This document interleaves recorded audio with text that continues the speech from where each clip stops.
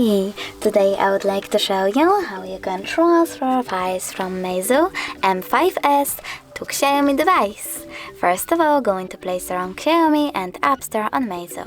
Then type in Send Anywhere and install this free app from this developer. Following that, just open it.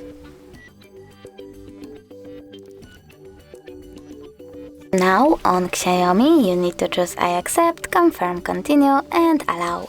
Then select receive. Now on Meizu, open your app, click 2 times at the bottom right corner and done at the bottom right corner as well.